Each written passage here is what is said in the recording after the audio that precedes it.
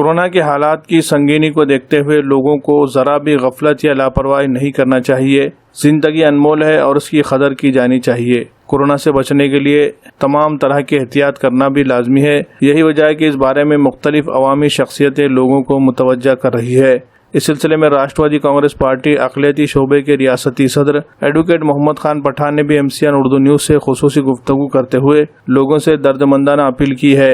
انہوں نے ملک میں کورونا کی وجہ سے پیدا ہو رہے سنگین حالات پر شدید تشویش ظاہر کی اور لوگوں کو چوکنا رہنے کی نصیحت کی۔ واضح ہے کہ چند روز قبل محمد خان پٹھان بھی کورونا سے متاثر ہوئے تھے، جس کی وجہ سے انہیں پونا کے ایک نجی اسپتال میں بھرتی کیا گیا تھا۔ بروقت اسپتال سے رجوع ہونے پر ان کی صحت اب بہتر ہو گئی ہے۔ میں کورونا وائرس کے بارے میں پہلے بتاؤں گا۔ کورونا وائرس ہی نہیں بلکہ دعا تو میں یہ کر رہا ہوں کہ دعا یہ کرتا ہوں کہ اس قسم کی کوئی بھی وبا جس سے انسانیت کو خطرہ ہے، اللہ تعالیٰ سے دعا ہے کہ اس قسم کی وبا کو ختم کرے اور دنیا میں امن قائم ہو، اللہ سے یہی دعا ہے۔ اور ساتھ ہی ساتھ تمام ناندیڑ کے واسیوں سے میری یہی ریکویسٹ ہے، ہمبل ریکویسٹ ہے، وننتی ہے اور گزارش ہے کہ وہ ڈسٹنس مینٹین کرے، کورونا وائرس کو سمجھے۔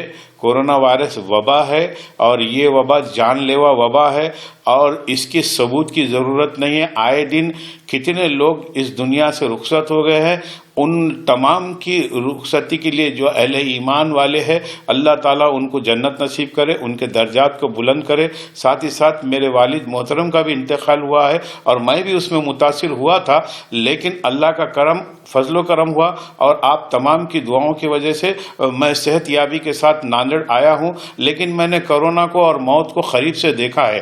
اللہ تعالیٰ سے میں یہی دعا کرتا ہوں اور سب سے یہی گزارش کرتا ہوں کہ کورونا وائرس خطرناک بیماری ہے، وبا ہے، اس کے لیے ڈسٹنس مینٹین کرے، گھروں میں زیادہ سے زیادہ گھروں میں اسٹے کرے اور ساتھ ہی ساتھ ماسک کا استعمال کرے، سینیٹائزر کا استعمال کرے۔ اس کو بولنے کا مطلب نظر انداز نہ کرے۔ زندگی کے لیے زندگی انمول ہے، اس زندگی کے اندر اللہ تعالیٰ کی نافرمانیوں کی حد ہونے کی وجہ سے مجھے لگتا ہے شاید کہیں نہ کہیں اللہ تعالیٰ ناراض ہے، لہٰذا اللہ تعالیٰ سے رجوع ہو اور اللہ تعالیٰ سے رجوع ہو کر اپنے گناہوں کی مغفرت کے لیے دعا کرے۔ اور میں بھی یہ دعا کرتا ہوں کہ اللہ تعالیٰ اس قسم کی جان لیوا وباؤں سے ساری انسانیت کی حفاظت کرے۔ اور ساتھ ہی ساتھ بڑے ہی افسوس کے ساتھ، بلکہ مجھے ٹھیک نہیں لگ رہا ہے کہ کافی لوگ بولنے کا مطلب اس دنیا سے رخصت ہو گئے ہیں اور تمام انسانیت شمشان کے اندر بھی ٹوکن لے رہے ہیں، لائن میں ہے، قبرستانوں میں بھی یہی حال ہے۔